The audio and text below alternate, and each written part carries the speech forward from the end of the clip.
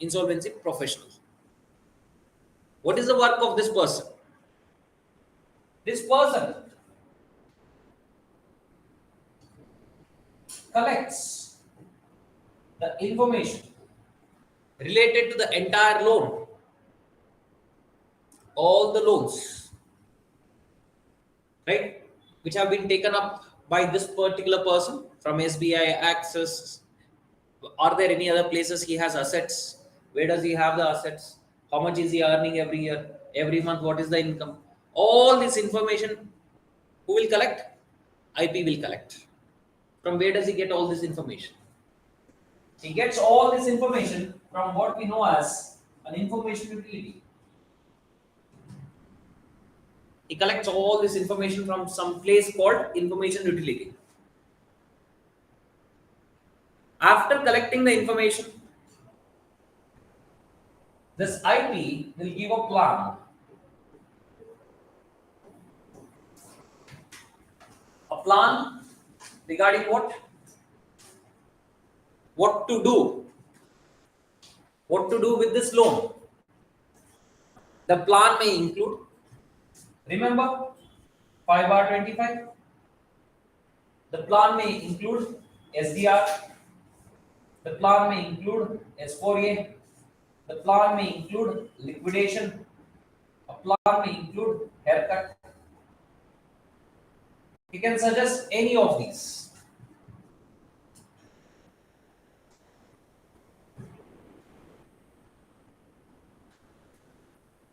Okay. The plan also may include, what is the first one? First R, rectification. The plan may include rectification as well. He can give any of this as a plan to deal with this particular loan. Yes, the plan is now submitted to the committee of creditors.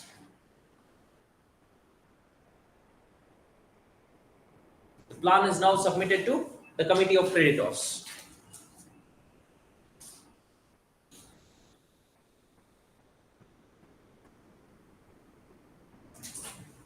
Yes.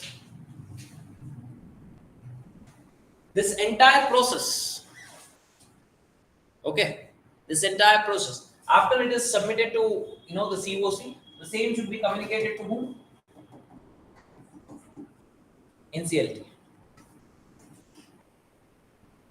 They have to accept or reject the plan from the starting till here, right? Acceptance of the plan, appointment of IP, constitution of COC, all of this process should happen within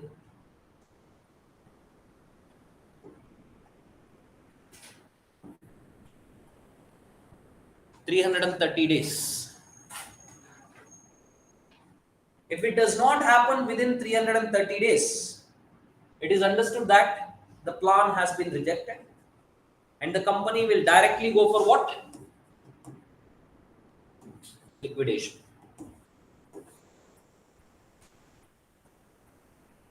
Understood?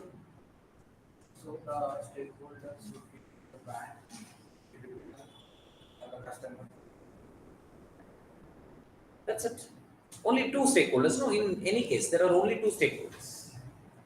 The banks, that is the committee of creditors, and who else? The person who has taken the loan. Loan. NCLT uska kaam kya hai? It's not a stakeholder. It does not have a stake. It only has judgment to give. By that measure, you can say IP is a stakeholder, right? Because for him it is business. So they are not stakeholders. Who? This IP is NCLT. NCLT is not a stakeholder, but you can say IP is a stakeholder. After appointment of IP, he collects different banks. Hmm? He finds out there are many other banks because when he is only aware of some of the banks. Only aware of some of the banks. No. That's not an issue. Why? Because look at this. His work is that only. He took all the information related to what? Where all the loans have come from. On the basis of that itself, you have what? They come up with a plan. Who should get what? How much? So it's like account aggregator. It's Who? different. Are you? I'll come to that. I'll talk about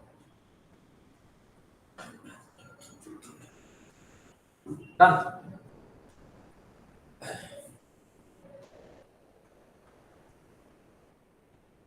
Now, we have three parts here.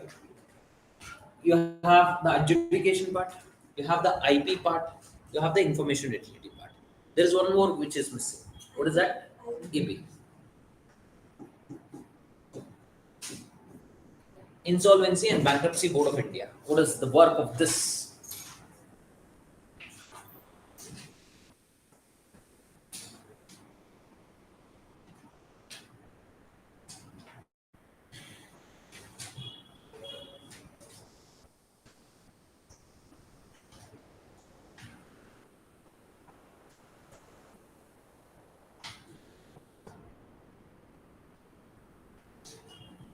EB.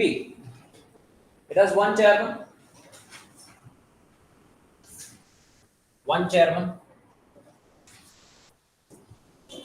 one nominated member from RBI,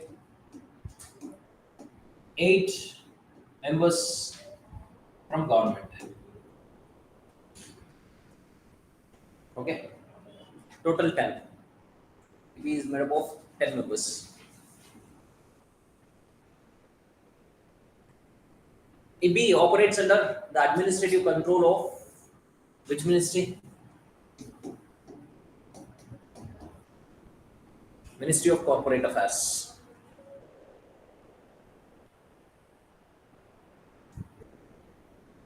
Is it a statutory body or non-statutory body? Statutory. It is a statutory body. Why? It has been created under the IBC 2016. It's a law. IBC Act 2016.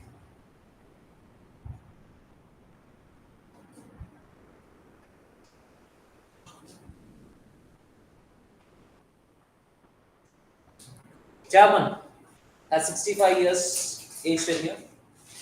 Maximum tenure is 5 years up to 65. Reappointment is allowed. 65 and 5 reappointment allowed. Further, what is the work of EB? It is the one which monitors and implements the IBC. It monitors and implements IBC. Whatever changes are to be made within IBC, insolvency and bankruptcy code में अगर changes लाना है, who does it? EB does it. This is the one which gives licenses to insolvency professional agencies. It is the one which gives licenses to information utilities.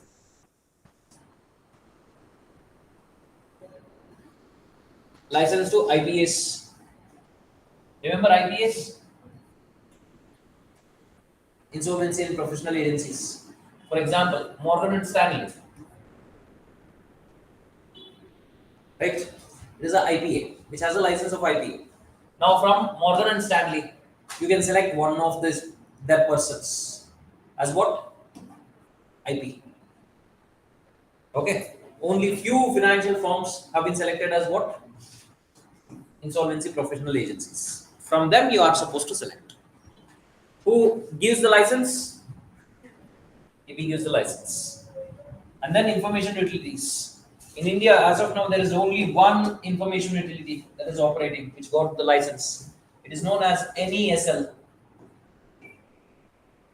National E-Governance Services Limited. That is the only information utility that exists.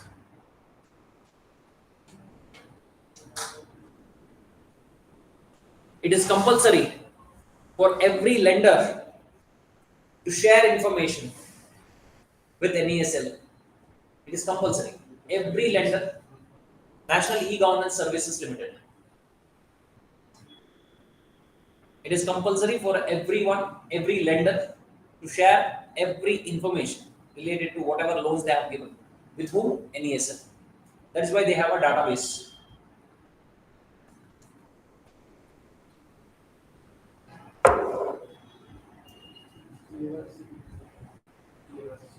What? No, KYC is not that. KYC is what bank asks for. Okay. So banks are supposed to provide the data to who? Any asset. Yes. Say for example, if the police personnel go and ask the data of the bank may deny. But if any SL asks, they have to provide. Even without asking, they have to provide the data to any SL. That is what their information retrieval. Done. Understood? Yes. Any doubts here? IBC?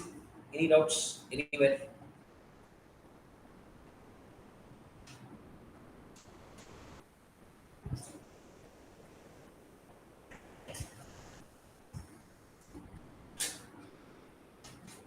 Any doubt?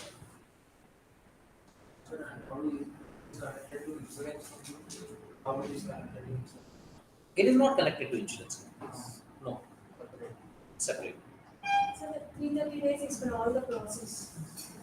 Entire process. It is for entire process. Grace period can be given for another 60 days.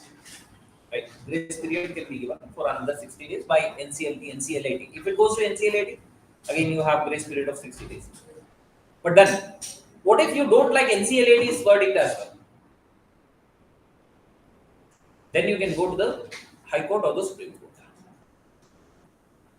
Okay? If you don't like the NCLAT verdict, then you can go to High Court or the Supreme Court. It's not binding. It is not. The judgment is not binding. See, all judgments are binding. But the thing is, there has to be somewhere you can appeal. Say, for example, whatever the judgment the civil court or a criminal court gives, do you say it is not binding? It is binding, but there is room for appeal. Whatever verdict the High Court gives, it is binding on you, but there is room for appeal. That's what you can say. Next. Say, for example, now it is said that, fine, you go for liquidation. That is, you sell off the firm and pay these people. But there is a problem in this. When you sell off the firm, there are so many people who get affected. The employees get affected.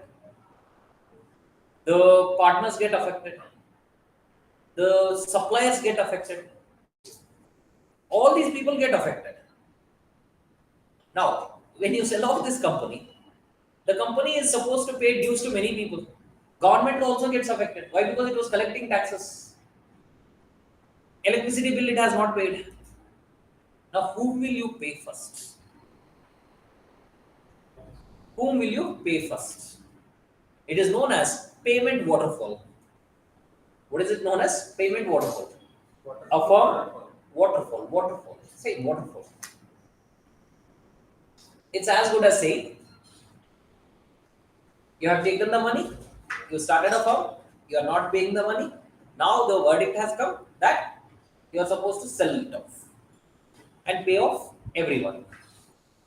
What is the problem now? The problem is there are so many people to be paid. Whom will you pay first?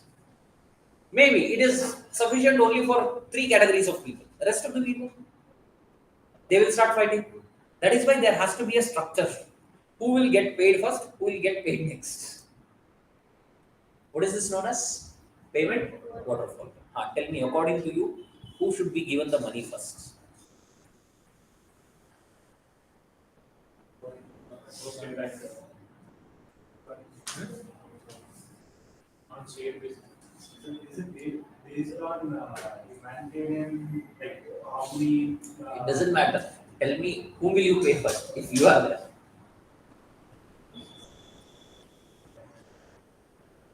Now, recently, whom did you hire in this process? IP. First payment goes to IP. The first person who gets paid is an IP. So you write it, IP. Next.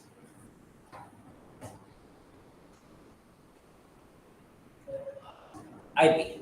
Below IP, two sets of people get paid together.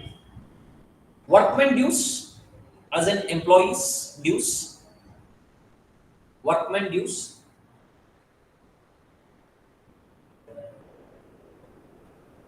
plus secured creditors. Who are secured creditors?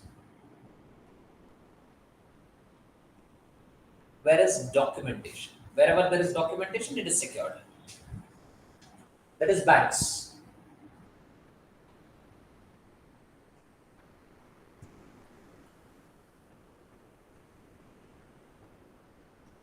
Okay. Next.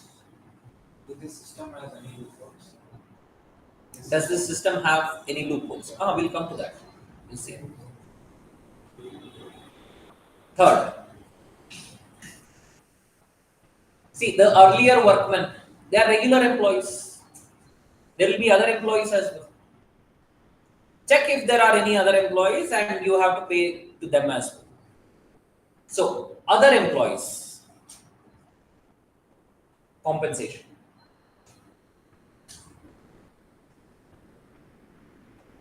After this, so you have paid the banks, you have paid the employees now. Who will come next? Next comes unsecured creditors. Who are unsecured creditors?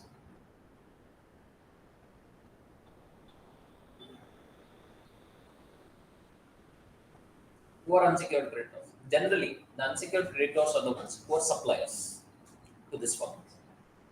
That is, they have supplied the raw material. You have not made the payment yet. It's a due, right? They thought that next month you will make the payment, but your firm is closing. Next, who will come next? Any dues which are pending to whom? The governments, state government and central government. That is taxes, right? Yes, sir. After all of this is done, your firm was ordering tea, coffee from nearby shop. You still have to pay them. Now comes other debts and dues. Hand loans maybe, for which you don't have receipts, but you have dues to pay. These. And now, if still something is remaining, still something is remaining, who will get it? Preferential shareholders will get it. Preferential shareholders. After this, if something is remaining, the shareholders and the partners will get it.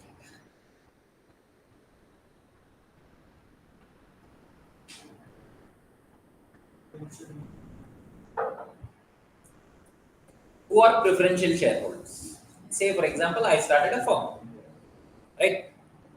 When do I give a share to you? Only when you pay money. Okay? Who asked for the shares? You asked for the shares and you took the shares. Correct?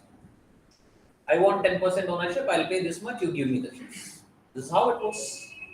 But there will be situations where there is one person who is really talented. That person is not ready to work for what? Salary. What will I do? I will give him the shares just like that without taking money and make him a part of this firm. Such shareholders are preferential shareholders. These are the shareholders selected by the firm. Yes? Done. Say, for example, if the money gets over at the third level itself, what to do? All the people below, they will not get anything. That is, you sold the firm. After selling the firm, the money got over for the first 2 levels or 3 levels itself. Then nothing. You can't do anything about it. Yes. Any doubts in payment waterfall? Now tell me, what about the bondholders? Where do you put the bondholders? For the bondholders, the firm has issued bonds, people have purchased it. Where do you put them? They are secured. They are secured creditors.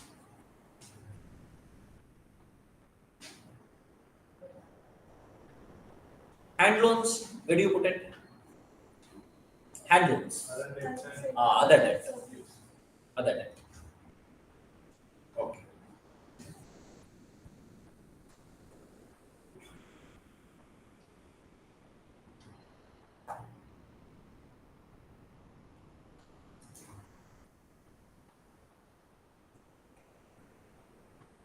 Where is IBC not applicable? When is it not applicable? So you asked about the limitation, right? So this is limitation.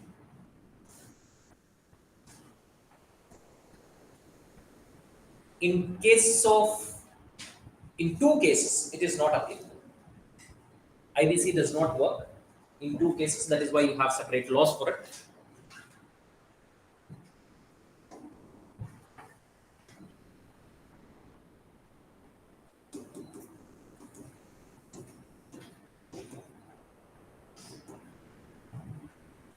In cases of willful defaulters,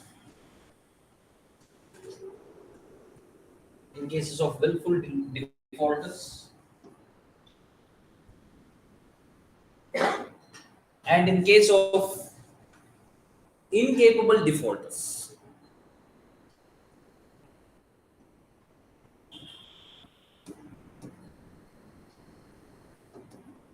IBC is not applicable.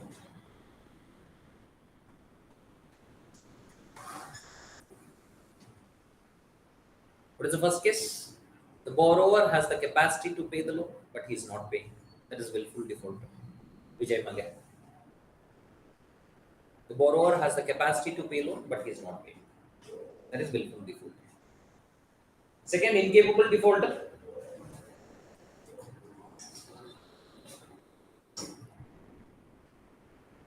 It is in NPA status for more than a year, right? It has become substandard. Now it has become what? Doubtful. The person is not even in a position to pay partial amount. He is not in a position. No, no. They will be let aside. You can't do anything about it.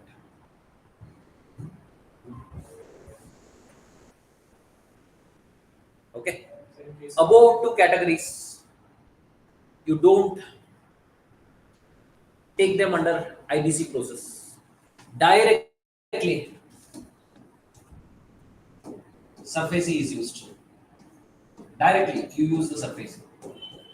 With surface, what is the outcome?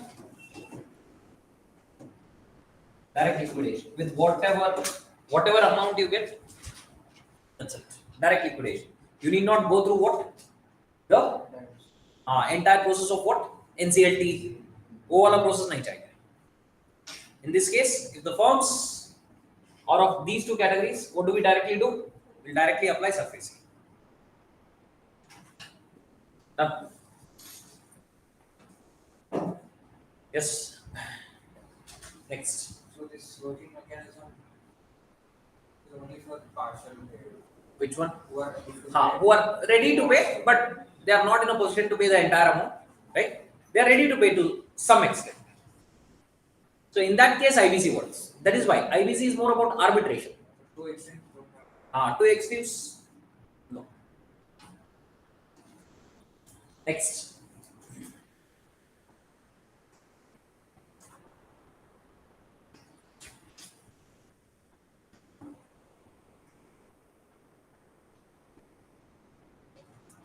To make How far it the result yielded positive. no, we'll come there. So since 2016, several cases have been solved, but initial phase was very tough. It was a tough phase for IBC to work through. Again, the cases started piling up. They were not able to meet the targets whatsoever. For this reason, what was done? For this reason, a committee was set up.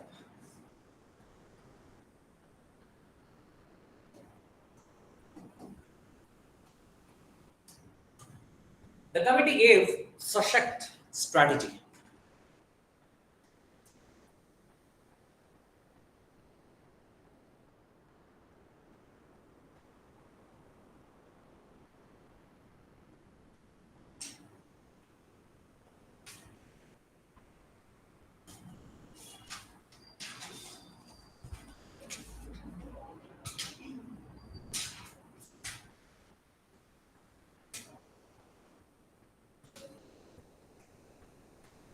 A committee headed by Sunil Mehta committee.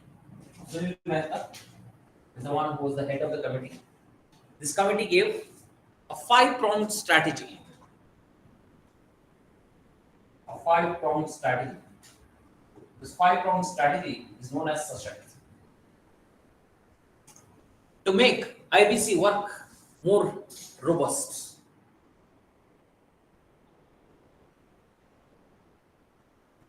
Yes. So what is this 5-pronged strategy? Not required. Just remember this much. So it only becomes much more complex. So then you may have to learn SME-led approach, AMC, ARC, all these things you have to learn. Not required. Okay, we'll not go into that area. That year it was important, now it is not important. So with this, the pendency of cases came down. Now IBC is working, better. So almost 1 lakh cases have been resolved. Yes, it is working faster. So all cases put together, almost 1 lakh cases have been resolved. So it's pretty fast now. Next.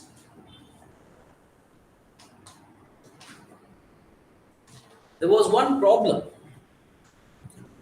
with your IBC. What was that? This case came forward and later an amendment was made to the IBC as well. What was the problem? The problem was, say, especially in the real estate, builders, right? Real estate builders. What do the builders do? The builders take a plot of land, and in this land, when they build the house, right? To build the house, they need money. Where do they take the money from? Usually, they take the loan and start the project. Along with that, along with the loan component, they also take the money from whom?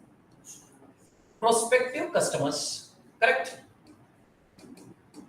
Prospective homeowners. Yes, sir. And they start the project. Now, this firm is registered or not? This is a registered firm. So it's just like a corporate firm itself. I know, the real estate firm. Now it started building. Midway, he decided, I will stall the project. I am not able to complete the project. I am in loss. I will stop. Okay. Now, they will file for, they will declare insolvency, and the bankruptcy proceedings will start. And the bankruptcy proceedings start, right? The bankruptcy proceedings start. What will happen next? The same process, NCLT, IP, A1. Now liquidation is declared. When liquidation is declared, and even before liquidation is declared, there is COC. Who will be the part of COC? Only the financial creditors. Who will be the part of this? Only the financial creditors. Who are financial creditors? The people who have given the loans against a security, or these are secured creditors. Now tell me, people who have given the money like this, they are secured creditors or unsecured creditors? They are unsecured creditors. Now look at the payment waterfall. Where are the unsecured creditors? Huh? Fourth position.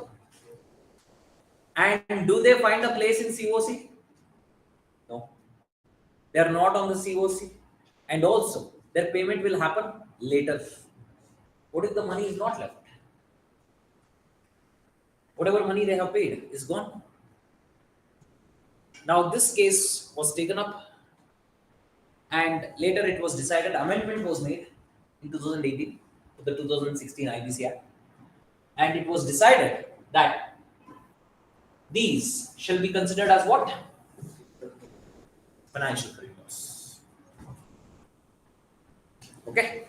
Homeowners or prospective homeowners will be considered as what? Financial creditors.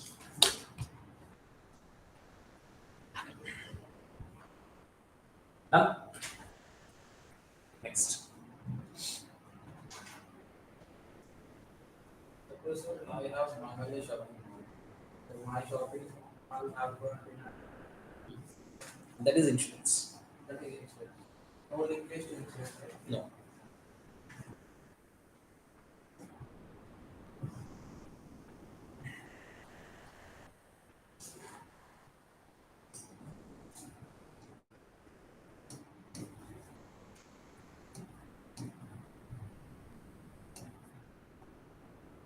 Bank 1 has some NPAs. Bank 2 has some NPAs. Bank 3 has some NPAs. After resolving all the cases,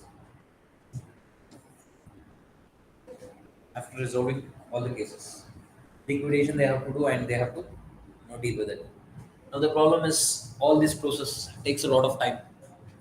Again, all this process takes almost 330 days. Sometimes if it gets delayed, another 60 days you have to add, 390 days, another 60 days, 450 days. Now it's a long time. Now instead, you don't know the outcome also. Instead, what can be done? What if I have a bank or I have an institution? Let's not call it a bank. I have an institution. I create an institution which buys these entities.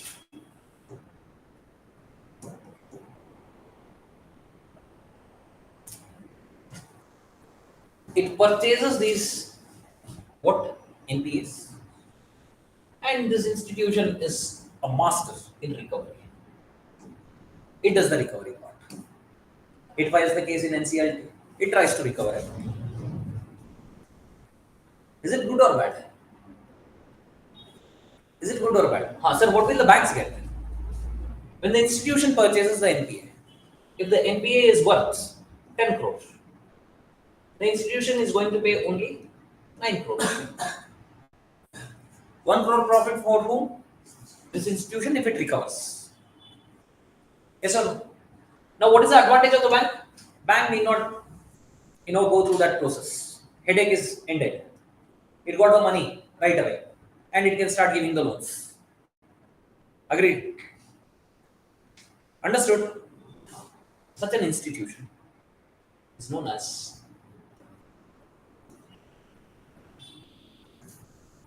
a bad bank. Such an institution is known as a bad bank.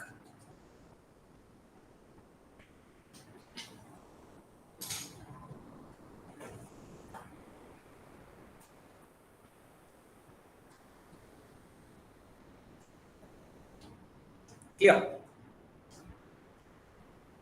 The story of bad bank. Earlier, there was a chief economic advisor in 2016-17. His name was Arvind Subramanian. Okay? Arvind Subramanian. So, this person was the chief economic advisor. This person had suggested for the first time we should set up a bad bank in India. whose work is take over the loans of all the banks, pay some money to the banks, and this, bad bank will try to recover everything. Banks will also be clean, their balance sheets will become clean. They also can start the business as usual. But the fundamental question that still remains is, in order to buy these, bad banks should have money first. I Yes or no? See, bad bank should have so much money to buy all these loans. Now tell me, where will he get the money from? Who can give the money to the bad bank to start this bad bank? RBI buy, print money and give. That will lead to inflation, no? Invariably, it will lead to inflation. Who can contribute to setting up of a bad bank? Huh? With corporations. You tell me. You are running a firm. You have a lot of money.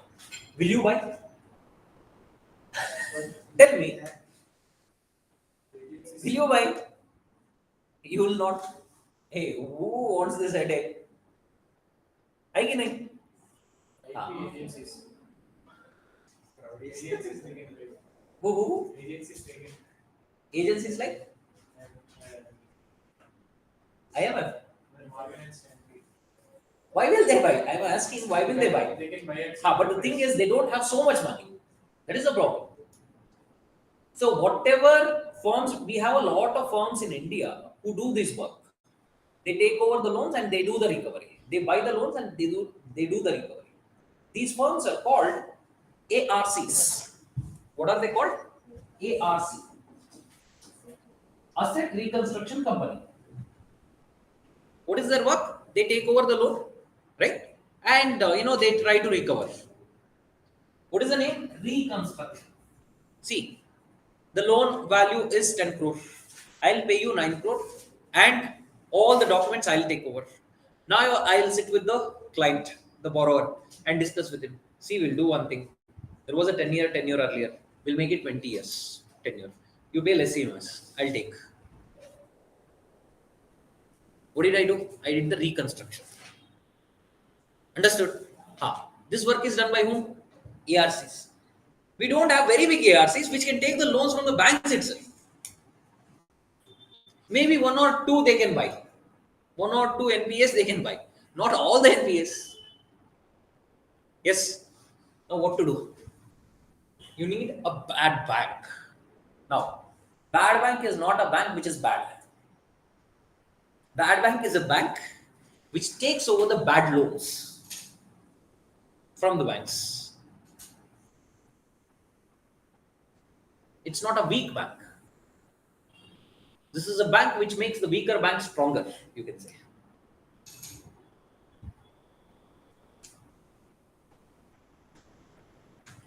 Now, the first thing that came to the mind of our government is that we want this. If we do this, yes, banking system will become robust again.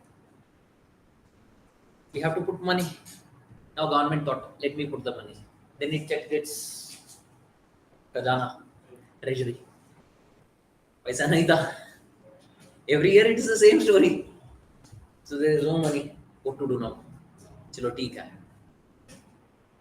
The government had this thought, ki I'll get money from somewhere.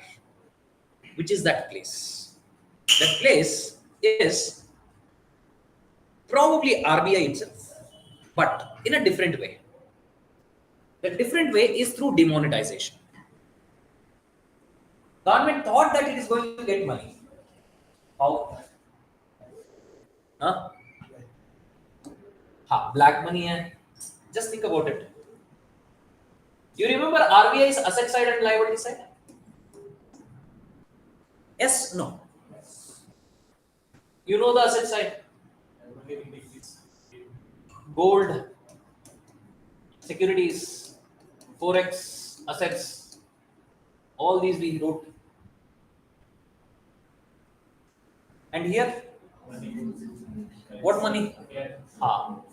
Currency in circulation. Correct? This and this matches all the time. Usually this side is more. this extra money, whatever is extra, will be transferred to whom? Government. After putting some money into reserves here, money will be transferred to the government. That is profit. Think about it. What is the RBI doing now? Demonetization. What is demonetization? I'll recall the currency and give new notes. Correct? RBI had on this side written 16 lakh crore. On this side, it had written 16 lakh crore. Now, when it recalled, what if only 14 lakh crore came back? Liability lessons or not? Yes or no? What if only 10 lakh crores come back? 6 lakh crore is what? On the asset side, 6 lakh crore looks as extra. Now this 6 lakh crore goes to government. Why? Because it is profit. Agreed or not? Sahi hai ki nahi? Yes. Now why will this money not come back? Why will this money not come back? Because it is black money. Agreed or not? People were not, people who had money, who had earned by, illegal means maybe, who had not paid the taxes, unaccounted money, all of it was in circulation. When recalled, some of the people sent back. Maybe majority of the people who have black money will not be able to exchange the money, will not be able to send it back to the RBI. Because when you go and try to deposit the money, they'll ask, where do you get this money from? So RBI's and the government's thought was probably at least some 3 lakh, 4 lakh crore rupees will not come back. Out of how much? 16 lakh crore rupees. This was the idea. But how much went back? 99.6% to 7% money went back. How did it go back? So much money. Then it means black money is worth only how much? Or 0.4%. Only this much black money.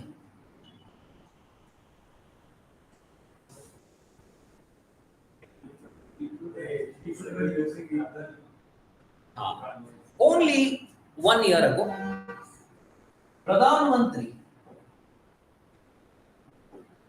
Jan Dhan Yojana was started. What is Pradhan Mantri Jan Dhan Yojana? A bank account for every household. Now this was used to full capacity by people who had extra money. They used to tell, see, all these people did not have bank accounts so far. I have crores of rupees. What do I tell? Do one thing. Every account you can put how much? 50,000 rupees or something. They don't ask a question. If you put a 50,000. So all these people, I'll give 50,000 each. Do one thing. You put it in the account, keep 2,000. But 48,000 you transfer me. Or 48,000 give me new notes. This was done with what? If PMJDY was not there, there would not have been so many accounts. If there were not so many accounts, probably the money that would have returned to the government would also be lesser. This itself was a business for some people during the demonetization period. Yes. Now, money went back again. Bad bank? No. See, if you want to start a bad bank, the government needs to put money. This is the money. No money. Now the government is like, no, you can't start a bad bank. Let's keep that idea aside. Later on, some days later, again the government came up with this idea. Again, see, we are talking about 2016-17, when the problem was quite pronounced, the NPA problem, right? How to deal with this? We have to start a bad bank no matter what. Then the government thought, we'll do one thing. We'll start a bad bank, and we'll issue the bonds in the name of the government or name of the bad bank itself. If people buy, it's good. People become the investors. Now they did a sort of a study. Will people buy such bonds issued by a bad bank? People will not. Will you buy bonds issued by bad bank? No. So that idea was also dropped. Finally,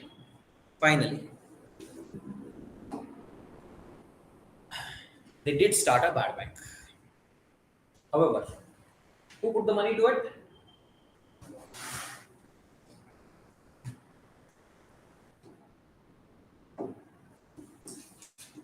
Banks themselves put the money. Banks themselves put the money and started this bad bank. So the bad banks today, the bad bank we know it today is NARCL, National Asset Reconstruction Company Limited.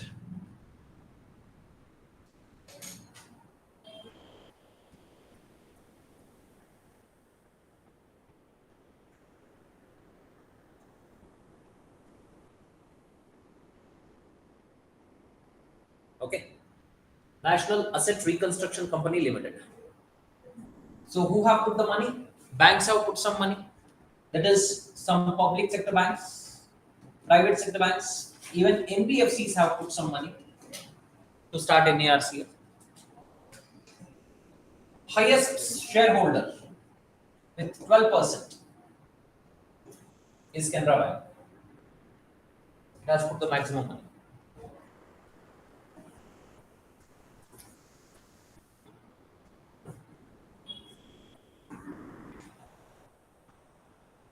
Every year, some of the NPAs will be transferred to whom? NARCL. Right? Some of the NPAs will be transferred to NARCL, and NARCL will resolve those NPAs. Right? It is going to sell off. And remember, NARCL has been created under an act, under SARFAESI Act. As a company, it is formed under what? SARFAESI Act.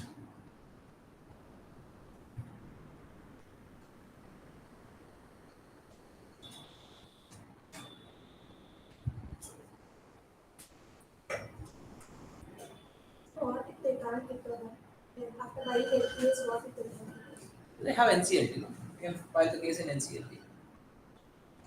Or they can go for liquidation. They can take over directly and they can do the liquidation. But all of this takes time. Till that point, what should the banks be doing? Banks have to keep waiting. Instead of doing the bank business, they'll be doing this. That is why instead, if you have someone like this, they will take care of the NPA part.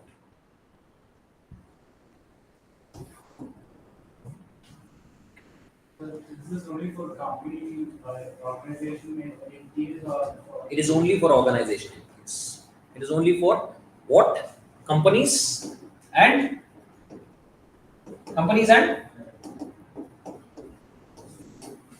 limited liability partnerships, LLPs. That's really will be in loss of service. Because Why? in case they cannot buy total NPA value, then the bank is lost. Total they will not be paying, but with that money, whatever they get upfront, they can do the business. No, they can earn that much instead of getting lost in this, web. The NARCL also will be always in loss because NARCL will always be in loss because it is full of NPAs. So 100% recovery cannot be done for each and every. So That is why I will tell. Let's suppose 100 rupees loan is sold to NARC. The worth of the loan is how much? 100 rupees. So basically NPA, what 100 rupees is sold.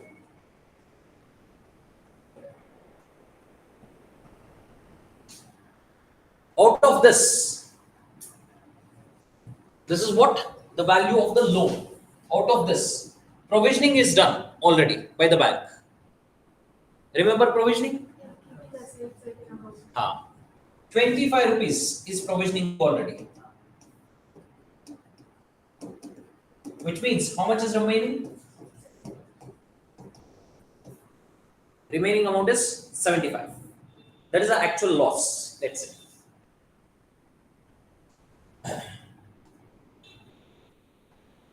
Out of this 75, only 15% is paid to banks upfront. By whom? By whom? By NARCL.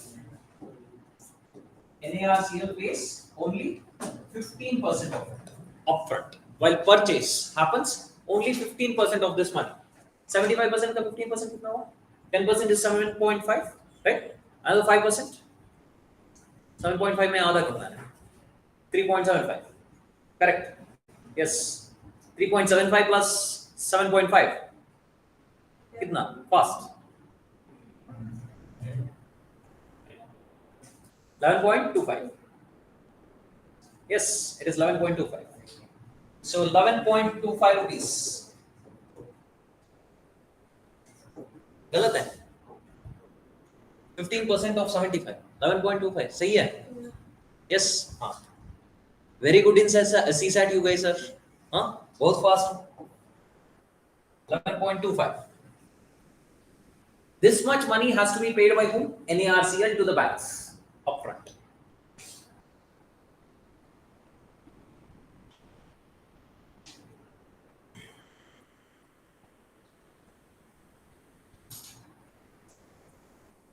Remaining amount, when will it get paid? After the recovery, remaining amount will be paid. Based on how much has been recovered, amount will be paid. Not all at once. If NARCL has to pay all the amount at once, it is so difficult. So that is why 15% I will pay upfront. Based on the recovery, I will make the payments later on. Done. So the payment to this bank will come under secure credit. So the rest of the money will be coming in the payment waterfall as secure credit. Payment waterfall में secured creditors. See, it's not secured creditors. The thing is, NARCL directly owes the money to the banks. Right? Bank is no way connected to whom? The borrower anymore. Who is connected to the borrower now? NARCL. Right? When it comes to the payment, waterfall, there the secured creditor will not be the banks anymore. Who will be the secured creditor? NARCL will be the secured creditor. They will take the profit and then they will give. That's it. इतना हुआ. ये है आपका पूरा IBC and NARCL. One more body is set up. NAMC, National Level Asset Management Company. National Level Asset Management Company. So NARCL and NAMC have been set up together. What is the work of NAMC? The asset management company's work is just to manage the assets. That is taking the cases to NCLT maybe, dealing with NCLAD maybe, selling it off maybe, right? How to sell it off, where to sell it off, finding the buyers. So you want to sell a firm, liquidation you have to do. For liquidation you have to find the prospective buyers. So that work is done by who? NAMC, National Asset Management Company. So NARCL and NAMC set up together. Next.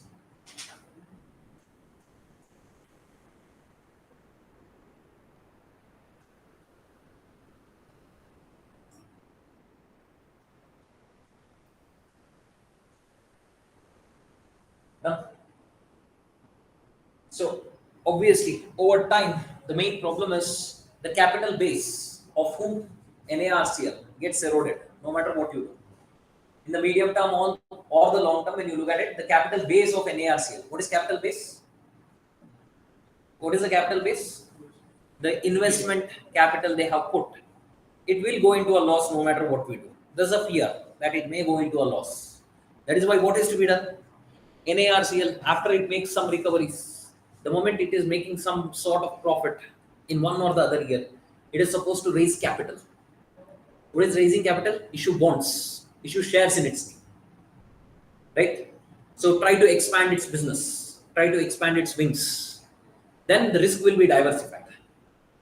It cannot just rely on the way it is doing the business now. That's what it can do. Done. Next is vessel norms.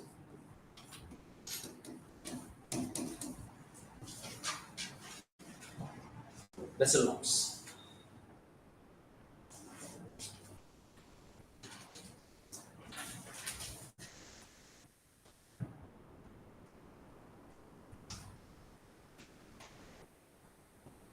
There is a bank and a vessel called BIS, Bank for International Settlements.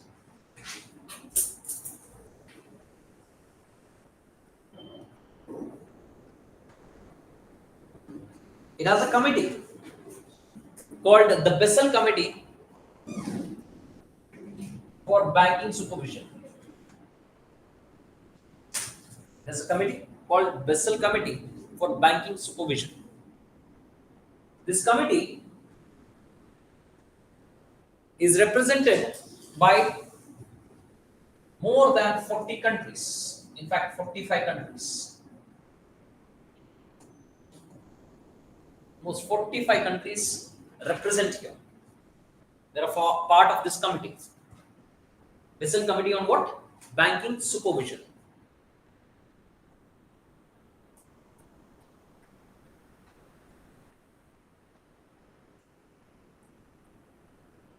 It comes up with this BCBS, comes up with various accords. We call them as Basel Accords. And in the accords, we have some norms to be followed. Accord is nothing but an agreement of sort.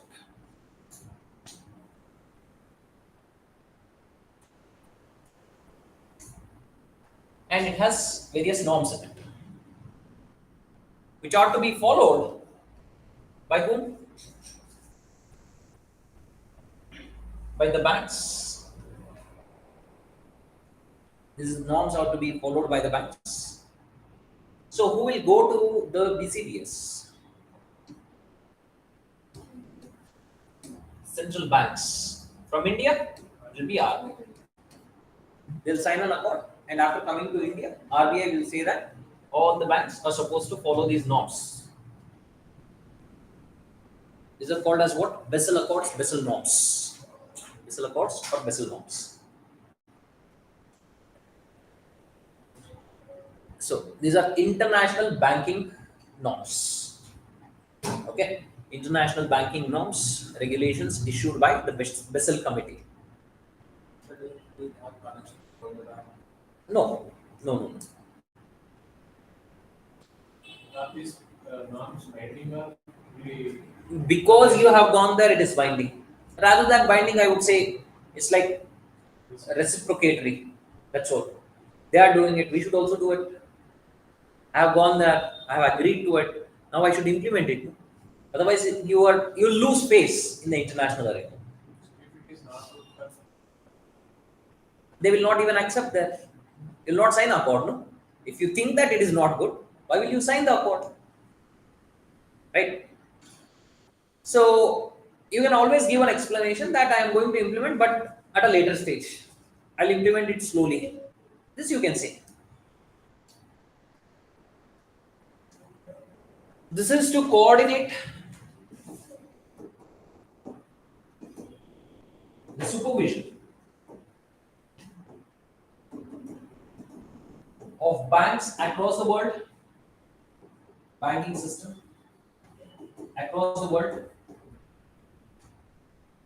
as well as to ensure stability in the banking system. Okay, the goal is to strengthen and stabilize the international banking system. So when you coordinate the supervision, there will be the banking system getting strengthened.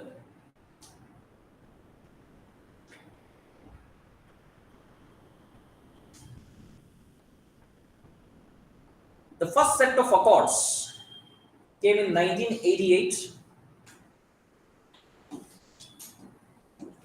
Then comes in 2004. And then again in 2011. Basel 1 norms, Basel 2 norms, and the Basel 3 norms. Basel 1, Basel 2, and Basel 3.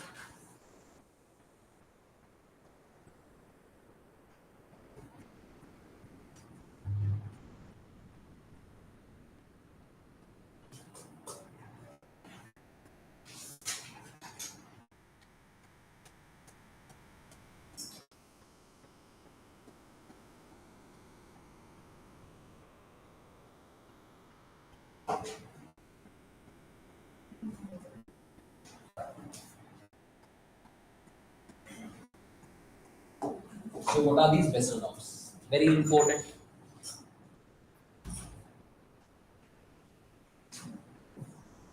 There was a question asked on this. Which of the following areas are Basel norms related to? 1. Banking. 2. Environment. 3. Pollution.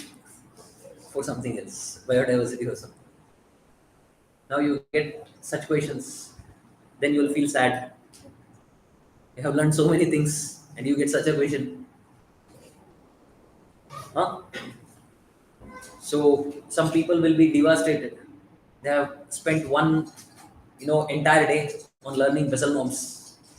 Like what intricate details. They have gone into the Basel website itself, Basel Convention website itself, and they have learned everything from there. They have put the formula, they have derived and everything. And what question you got? What is it related to? And such type of question you get every time. Right? So it's like halwa question. Very simple question. Yes. And the worst part is the mistake will be done by the person who has done the most research. Because he overthinks. No. This is not possible. This easy it cannot come. Now you overthink. Okay, there is something called as Basel convention. So Basel norms can be there as well. So you mark it as what? Environment related. There is Basel convention in environment as well. Right? You end up marking for environment. But they have asked clearly what Basel norms. So norms are for this one, banking system. Okay.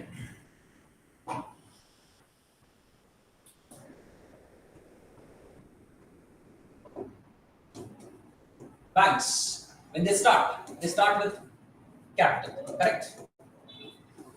Some capital they keep aside and they start. So, as the days progress, they start lending. Once they start lending, it is a risk. Once they start lending, it's a risk. It lends to different types of borrowers, and that is why you have varied level of risks for each kind of customer you have.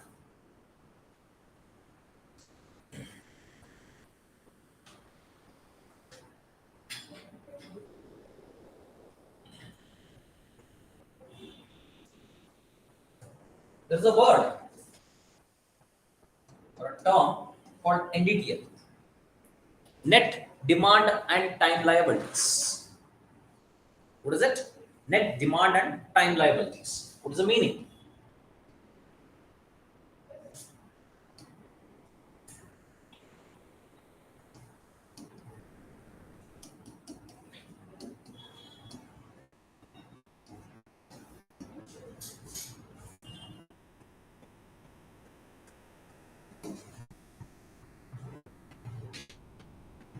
Demand deposits incoming, time deposits incoming into a bank. Savings account, current account, and then recurring account, and then you have fixed account. All the money has come into the bank. And what has the bank done? It has given some loans and all. But some of the money it has made deposit in RBI maybe. In another bank it has opened account and it has kept some money there. It can get this money whenever it wants or not. Yes. This minus this is what? NDTL. Net demand and time liabilities. Deposits incoming minus deposits outgoing. That's it. Deposits the bank has taken, the deposits the bank has made somewhere. That is NDTL.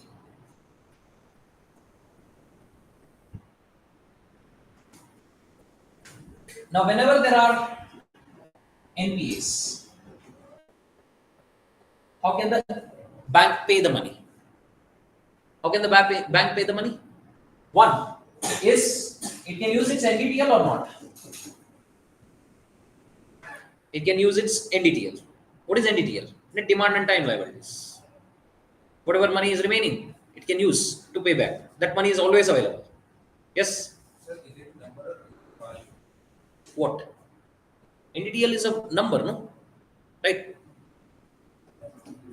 See, remaining money will go to loans.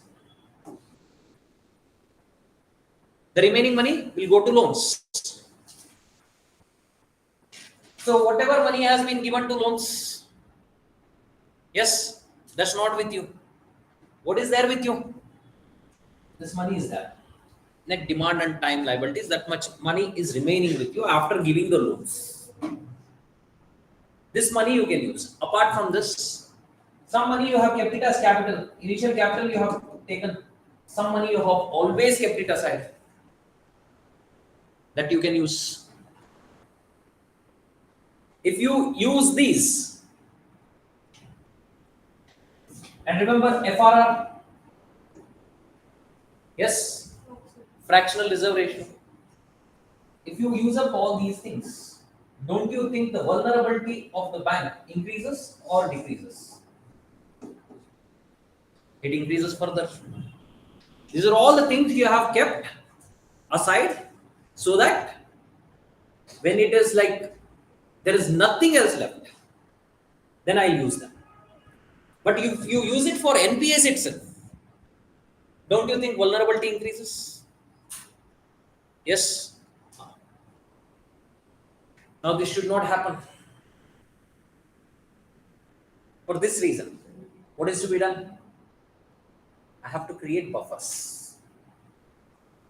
Even before I touch these, I need to have a buffer. Whenever the NPA problem attacks me, I should not touch these. What should I be touching? Some buffer. Remember the reserves created by RBI? Just like that, bank also has to create a buffer zone. Buffer reserves of sort. So, what are the ones which are the norms prescribed by your Basel committee to create these buffers? The first one is CAR, capital adequacy ratio, or the capital to risk weighted assets ratio.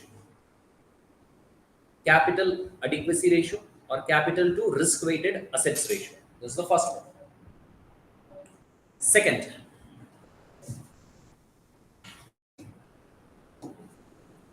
leverage ratio. This is the second one. So this is the first sort of buffer. Leverage ratio is not a buffer, it's a number, it's a norm which you have to maintain. Third,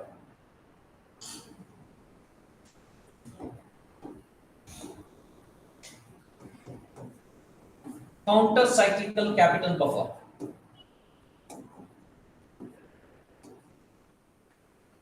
Counter cyclical capital buffer.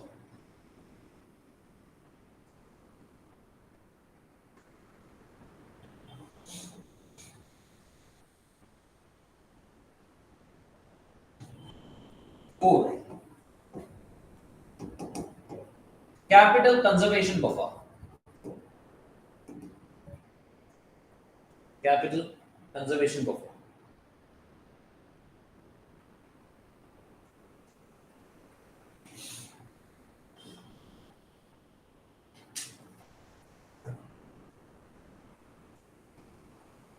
Liquidity coverage ratio, LCR.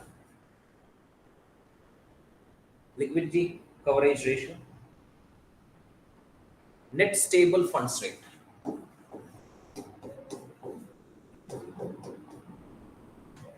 Net stable funds rate. So there are 6 norms. Sir, what is this, sir? So many new names.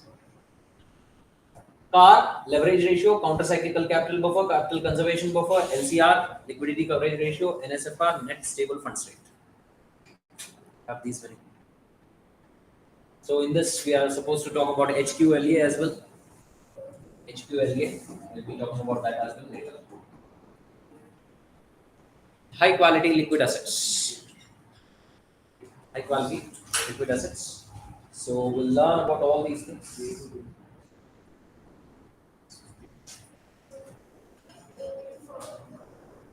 After the break. 15 minutes, you come back at 12.